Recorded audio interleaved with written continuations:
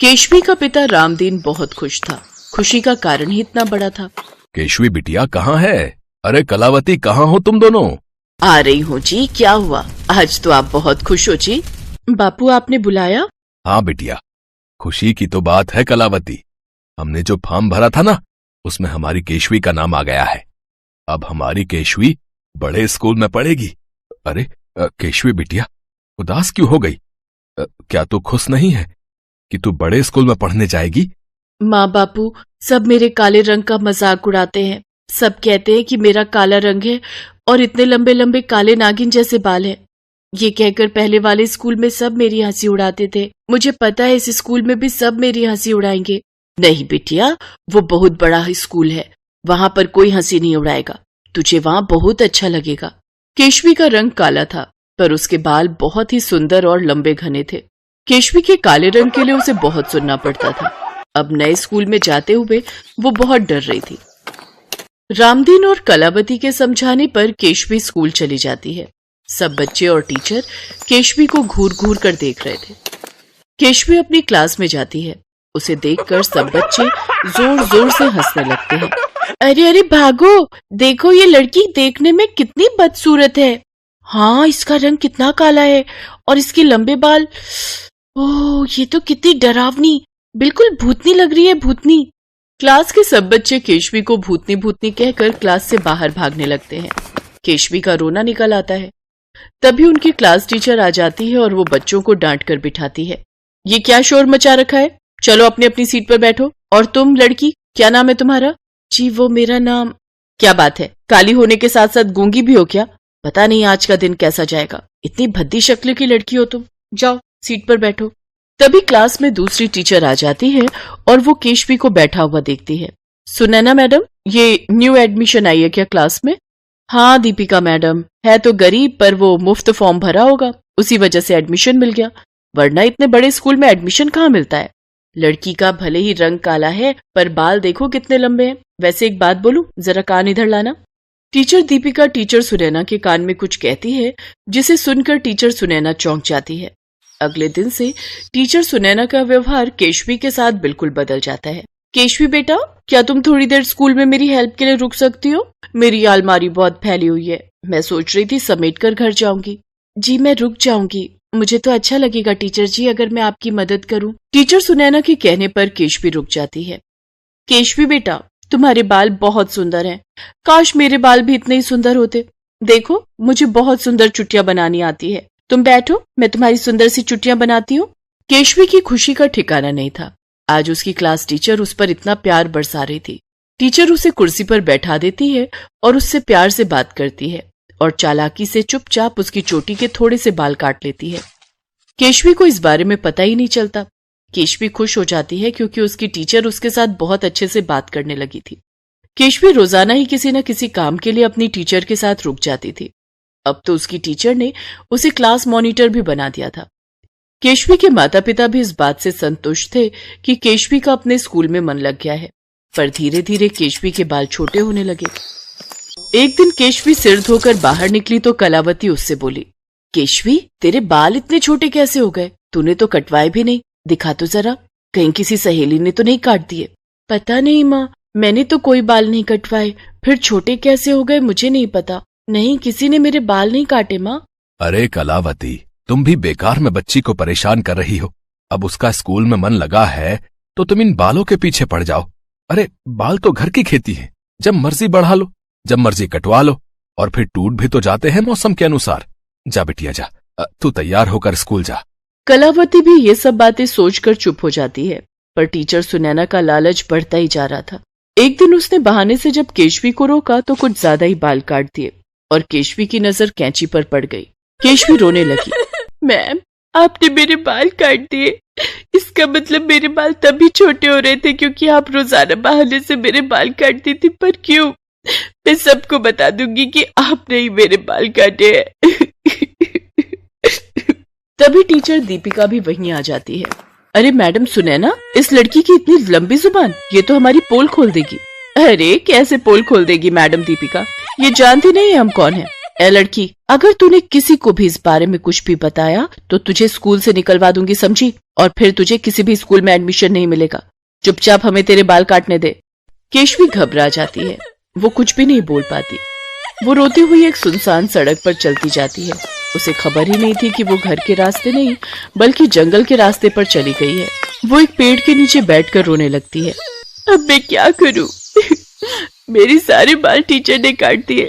अगर मैंने किसी से कुछ भी कहा तो वो मुझे स्कूल से निकाल देगी। फिर माँ और बापू कितने दुखी होंगे। पर मेरे बाल अगर कट गए तो मैं बिल्कुल गंजी हो जाऊंगी। मैं क्या करूं? मुझे कुछ समझ नहीं आ रहा।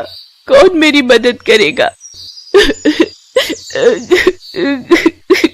तभी वहां पर एक सुंदर सी परी प्रकट होती है। मैं तुम्हारी मदद करूंगी। मैं एक जादुई परी हूँ। मैं तो जंगल में भ्रमण कर रही थी, पर तुम्हारी रोने की आवाज सुनी तो मैं यहाँ आ गई। बोलो, तुम्हें क्या परेशानी है बेटी? केशवी उस परी को अपनी सारी दुख भरी बात बताती है। परी केशवी के सिर पर हाथ रखती है तो केशवी के बाल पहले जैसे लंबे और घने हो जाते हैं। ये देखकर केशवी बहुत खुश होती है, पर एकदम से उदास हो जाती है। उदास मत हो केशवी बेटा, अब जो भी तुम्हारे बाल काटने की कोशिश करेगा वो गंजा हो जाएगा, और जब तक वो सच्चाई नहीं बताएगा उसके बाल वापस नहीं आएंगे।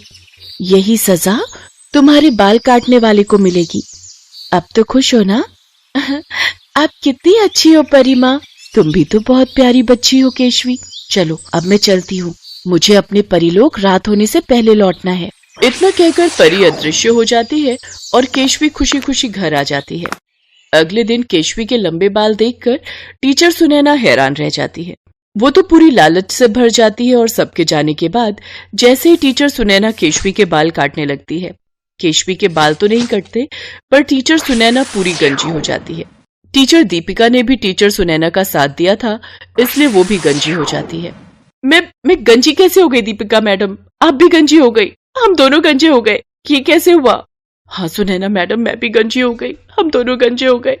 अब हम दोनों इस क्लास से बाहर कैसे जाएंगे? सब हमारी हंसी उड़ाएंगे। हमारे बाल कहाँ चले गए? आप दोनों के बाल अब तब तक वापस नहीं आएंगे जब तक आप प्रिंसिपल मैडम और सबके सामने अपनी गलती को स्वीकार नहीं करोगे। परी माँ ने आप दोनों के बाल छीन लिए। अब आया मजा। किसी के बाल काटकर आप कितना खुश हो रही थी। मैं अभी प्रिंसिपल मैडम और बाकी स्टाफ टीचर्स को बुला कर लाती हूँ। केशवी सबको बुलाकर लाती है और सबके सामने सच्चाई आ जाती है। सुनैना और दीपिका अपनी गलती मान लेती हैं। वो दोनों केशवी के बाल काटकर बेचा करती थी। वास्तव में वो बाल बेचने का व्यापार करती थी। सुनैना मैडम, दीपिका मैडम, आप दोनों को शर्म आनी चाहिए। आप दोनों टीचर के नाम पर धब्बा हो। हमारे स्कूल की सारी इज्जत आप दोनों के कारण गिर जाती अगर आज केशवी हमें इस बारे में ना बताती। पैसे की लालच में आप अपना टीचर का पद भी भूल गई कि टीचर तो भगवान का रूप होते हैं। आप दोनों को शर्म आनी चाहिए। मैं आप दोनों को अपने स्कूल से इसी समय निकाल रही हूँ और आपको किसी भी स्कूल में टीचर की नौकरी नहीं मिलेगी। मैं सारे स्कूल्स में अभी फोन करके मना कर दूंगी। आपके सारे सर्टिफिकेट छीन लिए जाएंगे। केशवी बेटा, वेरी गुड, तुम बहुत बहादुर बच्ची हो, तभी तो परी माँ के रूप में गॉड ने तुम्हारी हेल्प की। गॉड ब्लेस यू बेटा। टीचर सुनैना और टीचर दीपिका के बाल तो वापस आ जाते हैं, पर उनका टीचर का पद उन्हें वापस कभी नहीं मिलता। उनकी सारी डिग्रियां छीन ली जाती हैं। आज वो अपने किए पर बहुत पछता रही थी। समाज और रिश्तेदार में उनका बहुत अपमान होता है। उस दिन के बाद केशवी से सबने प्यार से बात करनी शुरू कर दी। अब कोई भी केशवी के काले रंग से नफरत नहीं करता था।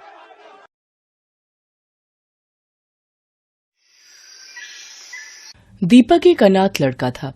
एक बड़े स्कूल में सफाई का काम करने वाले दीनू को वो एक कचरे के ढेर के पास लावारिस हालत में मिला था। दीनू ने शादी नहीं की थी। उसने ही दीपक को पाल पोस कर बड़ा किया। दीनू ने स्कूल के प्रिंसिपल से सिफारिश करके दीपक को क्लास में सीट दिलवा दी ताकि दीपक पढ़ लिख कर बड़ा आदमी बन सके। दीपक अब 9वीं कक्षा में आ गया था और उसके एग्जाम आने वाले थे। दीपक पढ़ने में अच्छा था, उसे अच्छे नंबर लाकर पास होना था। इसलिए दीनू के सो जाने के बाद दीपक रात में स्ट्रीट लैंप से आने वाली रोशनी में पढ़ाई करता था। दीपक की ही क्लास में स्कूल के ट्रस्टी मिस्टर मेहता का बेटा अर्जुन भी पढ़ता था। अर्जुन दीपक से बहुत चिढ़ता था। ट्रस्टी का बेटा है, इसी डर से कुछ टीचर ना चाहते हुए भी अर्जुन की झूठी तारीफ करते थे और दीपक को नीचा दिखाने में अर्जुन का साथ देते थे। सर बताइए, ये रेस किसने जीती है? आप तो अच्छे से जानते हैं ना विनर कौन है। हाँ हाँ दीपक, तुम इस रेस में हार चुके हो। अर्जुन तुमसे पहले ही उस लाइन में पहुंच गया था। देखा, मैं हमेशा जीतूंगा, मुझे कोई नहीं हरा सकता। दीपक मायूस होकर क्लास में आ जाता है। सर, कब तक हम अर्जुन से डरकर उसे झूठा विनर बनाते रहेंगे? मिस नैना, आप तो जानती हैं अर्जुन स्कूल के ट्रस्टी का बेटा है और प्रिंसिपल मैम ने हमें पहले ही ऑर्डर दिया हुआ है कि हमें अर्जुन के साथ बहुत अच्छे से पेश आना है, और फिर अगर हम ऐसा नहीं करेंगे तो हमारी नौकरी पर बात आ जाएगी। पर कब तक हम ये अत्याचार सहन करते रहेंगे? दीपक एक अनाथ गरीब स्टूडेंट है। दीनू काका ने उसे अपने बेटे की तरह पाल पोस कर बड़ा किया है और यहाँ पढ़ा रहे हैं ताकि दीपक बड़ा होकर अपने पैरों पर खड़ा हो सके। पर अर्जुन जैसे बच्चे दीपक जैसे होनहार बच्चों को आगे नहीं बढ़ने देते। फिलहाल तो हम कुछ नहीं कर सकते मिस नैना, हमें सब कुछ वक्त पर छोड़ देना चाहिए। एक दिन दूसरे स्कूल के टीचर प्रिंसिपल के साथ सब बच्चों को मिलने आए और वो दीपक की क्लास में गए। उन्होंने सब बच्चों से कंप्यूटर के कुछ सवाल पूछे, पर सबसे पहले दीपक ही हाथ खड़ा करता था। प्रिंसिपल ने दूसरे स्कूल के टीचर से कहा, अरे नहीं सर, इसे कोई उत्तर नहीं आता होगा। इसके घर तो कंप्यूटर ही नहीं है। ये हमारे स्कूल की सफाई कर्मचारी का बेटा है। उसने बहुत जिद की तो हमने इस अनाथ बच्चे पर मेहरबानी करके स्कूल में सीट दे दी। नहीं सर, मुझे सचमुच इस प्रश्न का उत्तर आता है, मैंने इसके बारे में पढ़ा है। सर, अर्जुन इस प्रश्न का उत्तर जानता है। अर्जुन, इस प्रश्न का उत्तर तुम दोगे। सर, मुझे इस प्रश्न का उत्तर नहीं आता, मैंने इसके बारे में नहीं पढ़ा।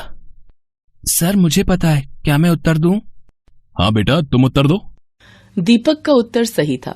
दूसरे स्कूल के टीचर के साथ साथ स्कूल के सभी बच्चे दीपक के लिए तालियां बजाते हैं। प्रिंसिपल सर बिल्कुल चुप थे। अर्जुन इस बात में अपना अपमान समझता है और दीपक से बदला लेने की योजना बनाता है। मुझे इस दीपक का कुछ करना ही होगा और मुझे पता है ये इस स्कूल से कैसे निकलेगा। दीपक की परीक्षा आने वाली थी। वो परीक्षा के लिए बहुत मेहनत कर रहा था। अर्जुन स्कूल के गार्ड को धमकाकर अगले दिन होने वाली परीक्षा का पेपर चुरा लेता है और दीपक के स्कूल बैग में रख देता है और जाकर प्रिंसिपल सर को भड़का देता है। आइए सर, मैंने अपनी आंखों से दीपक को कल होने वाले एग्जाम पेपर की चोरी करते देखा है। अगर आपको यकीन नहीं हो रहा तो आप गार्ड से भी पूछ सकते हैं। गार्ड से पूछने की जरूरत नहीं है, अभी हम दीपक का बैग चेक कर लेते हैं। अर्जुन तो पहले ही दीपक के बैग में एग्जाम के पेपर रख चुका था। दीपक के बैग में एग्जाम पेपर मिल जाता है। सर, मुझे नहीं पता ये पेपर मेरे बैग में कैसे आया, मैं इसके बारे में कुछ भी नहीं जानता, मेरा विश्वास कीजिए सर। जाकर दीनू को बुला कर लाओ। हमें इस दीपक जैसे स्टूडेंट को अपने स्कूल में एक सेकंड भी नहीं रखना। अगर ये इस स्कूल में रहा तो हमारे और भी बच्चे चोर बन सकते हैं। सर, मेरा दीपक चोरी नहीं कर सकता, ये ऐसा नहीं है, मेरा विश्वास कीजिए। बाबा, मैंने चोरी नहीं की, मुझे नहीं पता मेरे बैग में ये पेपर कहां से आया। मैं कुछ नहीं सुनूंगा। मैंने तुम पर तरस खाकर कि चलो अनाथ बच्चा पढ़ लिख जाएगा, इसलिए स्कूल में एडमिशन दिया, पर दीनू शायद इस बच्चे में संस्कार नहीं आ पाए। आखिर है तो अनाथ ही, और तुम भी तो मामूली सफाई वाले हो। हमें सब पता है, ये गरीब बच्चे चोर ही बनते हैं। बड़े स्कूल में पढ़ने की इनकी औकात नहीं है। इसे ले जाओ यहां से, वरना मैं पुलिस को बुला लूंगा। दीनू रोता हुआ दीपक को ले जाने लगता है। अर्जुन अपनी मक्कारी पर बहुत खुश था। प्रिंसिपल अपने ऑफिस में आ जाते हैं। तभी वहां मिस नैना आती हैं। उनके साथ स्कूल के ट्रस्टी यानी कि अर्जुन के पिता भी ऑफिस में एंट्री करते हैं। सर, आपको पता भी है आपका बेटा अर्जुन अंधकार के रास्ते पर जा रहा है। आज उसने दीपक जैसे एक होनहार बच्चे पर चोरी का झूठा इल्जाम लगा दिया। मैं चाहती तो अर्जुन को चोरी करते समय भी रंगे हाथों पकड़ सकती थी, पर शायद ये छूट जाता, क्योंकि उसे घमंड है कि वो स्कूल के ट्रस्टी का बेटा है। मैंने उसे चोरी करते हुए सारी रिकॉर्डिंग अपने फोन में कर ली। ये देखिए मिस्टर मेहता, आपका बेटा स्कूल में एग्जाम पेपर चोरी कर रहा है। क्या आप चाहते हैं कि वो बुराई के रास्ते पर जाए और एक दिन आपका नाम मिट्टी में मिला दे? मैं चाहूं तो इस वीडियो को पूरे स्कूल में दिखा सकती हूँ, पर आप जानते हैं कि आपकी कितनी बदनामी होगी। आई एम सॉरी मिस नैना, मैं बिल्कुल नहीं जानता था कि मेरा बेटा मेरे नाम का इतना फायदा उठा रहा है। मुझे किसी ने कोई खबर नहीं दी। आप कृपया करके इस वीडियो को किसी को भी ना दिखाएं, नहीं तो मेरे बेटे का भविष्य खराब हो जाएगा। अर्जुन के पिता बहुत दुखी होते हैं। अर्जुन ऑफिस में आता है। वीडियो देखकर वो घबरा जाता है। पापा, मुझसे गलती हो गई, मैं सिर्फ दीपक से बदला लेना चाहता था। पापा, मुझे माफ कर दो। दीपक जैसे होनहार बच्चे पर चोरी का इल्जाम लगाते तुम्हें शर्म नहीं आई है? तुम्हें अपना बेटा कहते हुए मुझे सचमुच बहुत शर्मिंदगी महसूस हो रही है। मैं तुमसे अब कभी भी बात नहीं करूंगा। तुम जैसे चाहो अपनी लाइफ को जी सकते हो। अब तुम्हारी मम्मी और मैं तुमसे कोई मतलब नहीं रखेंगे। नहीं पापा, ऐसा मत करो। मैं आपसे और मम्मी से बहुत प्यार करता हूँ। मुझे माफ कर दो, मुझसे गलती हो गई। गलती तो हम सबसे हुई है। शायद अर्जुन के बिगड़ने में सबसे बड़ा हाथ मेरा है। हमने हमेशा अर्जुन को गलत करने में बढ़ावा दिया। पापा मुझे बस एक बार माफ कर दो। अगर माफी मांगनी है तो मिस नैना और दीपक से मांगो, अब वही तुम्हें माफ कर सकते हैं। नैना मैम, मुझे माफ कर दीजिए। आप प्लीज ये वीडियो किसी को मत दिखाना। नहीं अर्जुन बेटा, मैं ये वीडियो किसी को नहीं दिखाऊंगी। मैं तुम्हारी गुरु हूँ और तुम्हें सही राह पर लाना मेरा फर्ज है। अर्जुन दीपक से माफी मांगता है। दीपक, मुझे माफ कर दे मेरे दोस्त। मैंने तो तुम्हें कब का माफ कर दिया अर्जुन। और दोस्तों को गले लगाते हैं, उनसे माफी नहीं मांगते। इतना कहते ही दीपक अर्जुन को गले से लगा लेता है। उन दोनों को आपस में गले लगता देख स्कूल का सारा स्टाफ और दीनू बहुत खुश होता है।